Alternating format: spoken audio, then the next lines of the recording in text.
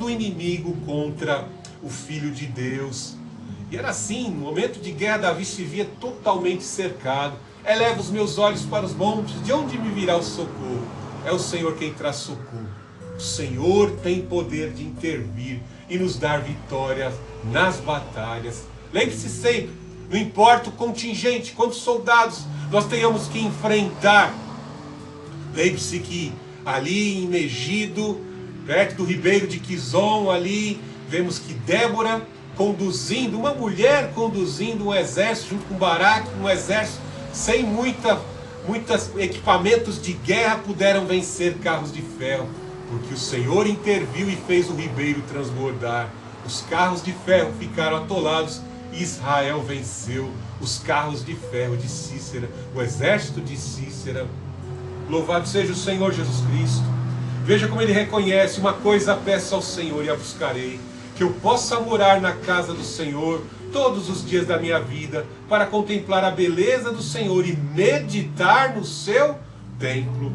Veja que o salmista, por tantas lutas e dificuldades, reconhecendo que o Senhor foi o seu livramento nas guerras, ele o protegeu, o guardou, as promessas se cumpriram, ele se tornou o rei, ele cumpriu os intentos do Senhor. Ele reconheceu que o mais importante,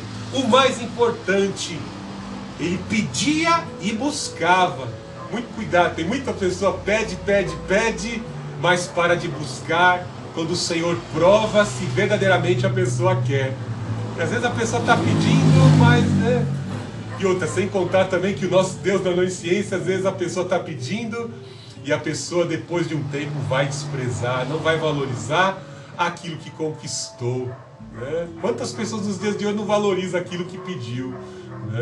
Conquistou aquilo e troca por um prato de lentilha, como Esaú. Estava com a minha esposa assistindo lá uma animação feita por Iá de Esaú e Jacó. Jacó era ambicioso com as coisas de Deus, Ele queria a primogenitura, por questão de segundos ele não era o primogênito. E o Esaú era desleixado, como disse o escritor de Hebreus, era imoral, desleixado, negligente, não honrava o pacto, se misturava com mulheres pagãs e não mulheres consagradas, para cumprir o pacto abraâmico, para cumprir o plano de salvação. Veja o desleixado, relapso Esaú, e veja como Jacó luta para se casar com a Raquel. Veja como ele ali luta, trabalha 14 anos, casa com a Lia, gera filhos.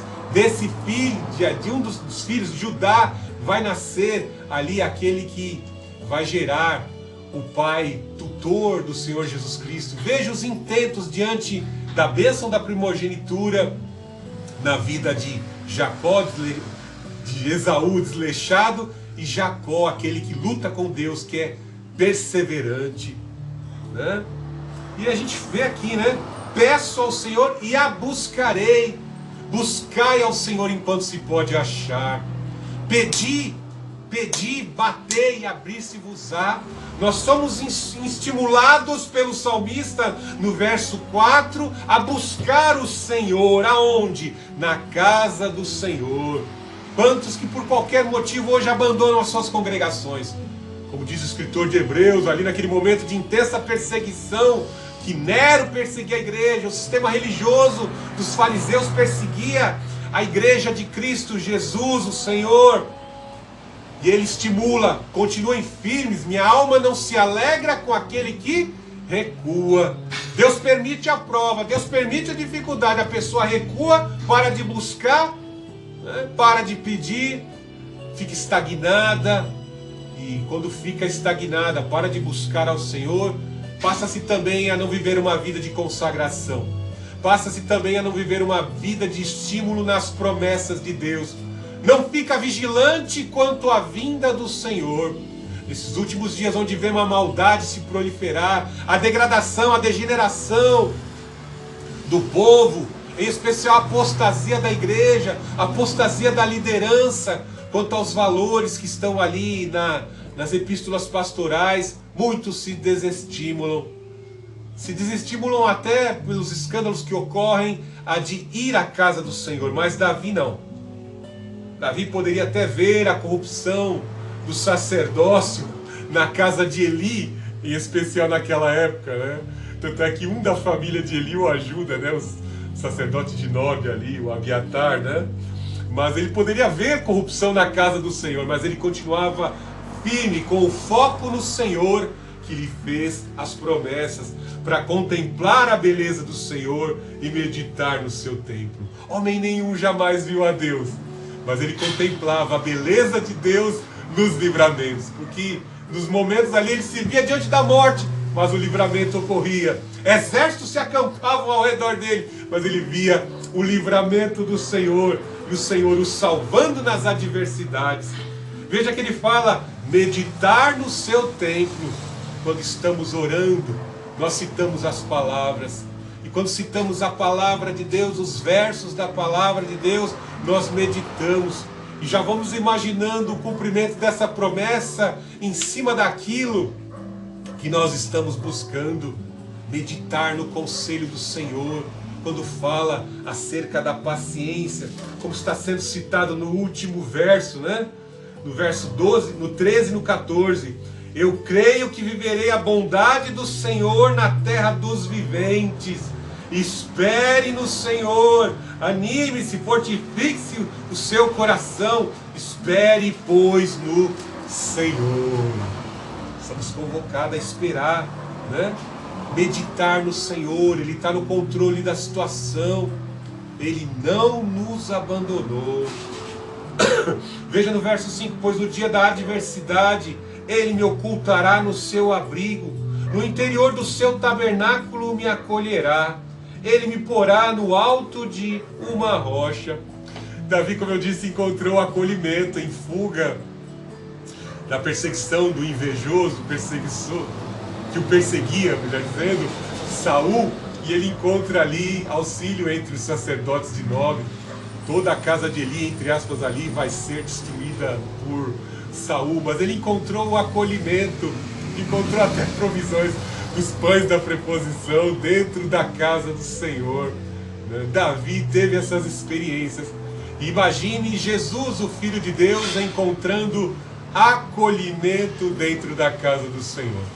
Imagine o Senhor Jesus Cristo dentro do templo ali, Pedro perseguindo, vendo como as coisas iriam terminar, né? Jesus Cristo capturado, sendo levado pelos soldados. Poderia o Filho de Deus encontrar acolhimento dentro da casa de Anás e Caifás? Vemos que falsas acusações foram levantadas, difamação, mas ali houve oportunidade de novamente Jesus Cristo confirmar que Ele é o Messias.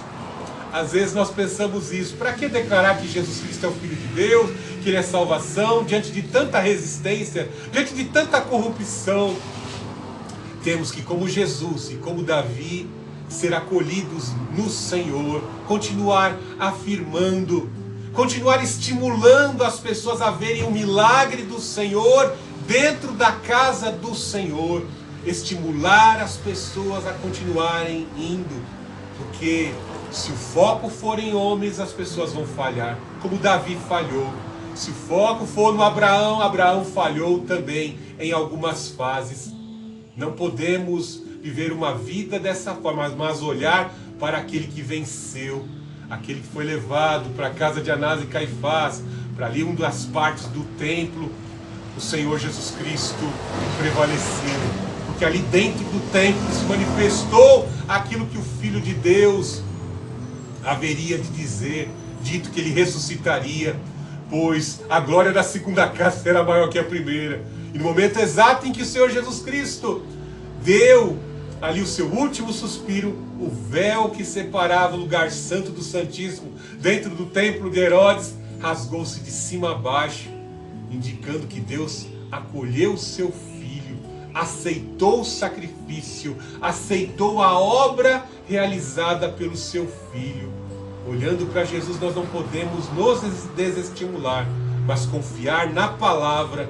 Ao terceiro dia o Filho de Deus ressuscitou. o Senhor nos ressuscitará, o Senhor nos acolherá e vai fazer o inimigo ser envergonhado. Veja no verso 6. Agora será exaltada a minha cabeça acima dos inimigos que me cercam no seu tabernáculo.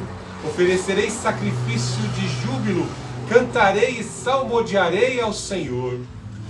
Davi fala em cumprir os seus votos, oferecer sacrifícios de holocausto, sacrifícios pacíficos, sacrifícios expiatórios para cobrir os seus pecados. Porque ele reconhecia que por mais que ele recebeu da benevolência do Senhor, ele havia cometido pecados e injustiça. Por isso, ele se aproximava do Senhor não de mãos vazias, mas com sacrifício. Veja que o Filho de Deus é levado para a região ali, o local do templo ali, e os inimigos tramam, conspiram, o acusam, o difamam, mas ele se eleva acima daquelas acusações. Ele está muito acima, porque o próprio Pilatos, que era um gentio, disse: não vejo nele crime algum nesse homem, vocês estão tentando matá-lo, eu não vejo crime algum para matá-lo. Nem os sacerdotes, nem aqueles dos maiores ali daquele sinédrio, dos 72, ali, ninguém encontrava acusação alguma. Por isso ele foi elevado acima daqueles homens que se achavam tão consagrados. Não encontravam dentro da lei, nem entre os profetas, nada para acusar o Filho de Deus. E o ápice de tudo isso é quando o Filho de Deus é colocado na cruz do Calvário. Ali na cruz do Calvário ele fica acima de todos. A cruz ao centro dos criminosos, dos homens perversos que mereciam, dos malditos que mereciam ser mortos. Ele está acima. O Filho de Deus encarnado está acima de todos.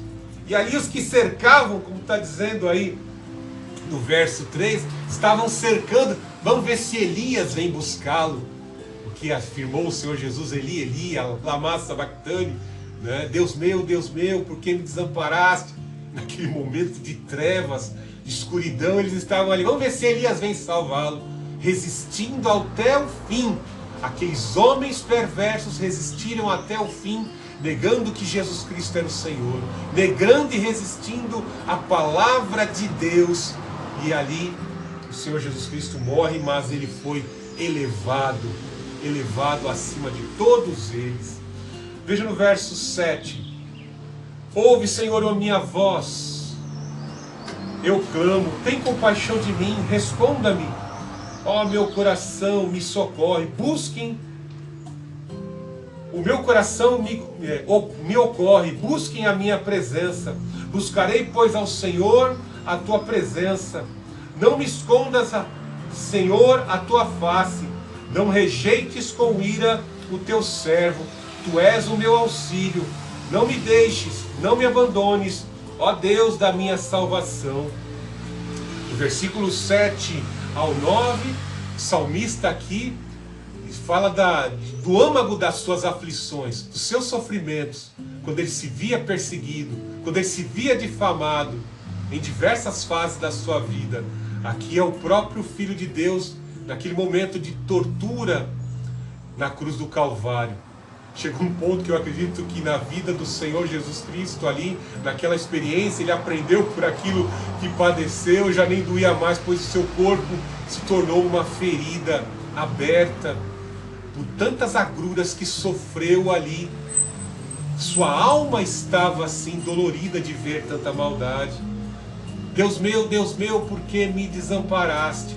Veja que na natureza humana, o Filho de Deus estava aprendendo para poder ser sacrifício substitutivo, para oferecer sacrifício vicário em nosso lugar, para receber as nossas maldições. O Filho de Deus tem que provar tudo isso. Às vezes estamos em momentos de trevas e pensamos: o Senhor me desamparou? Não, o Senhor não desamparou.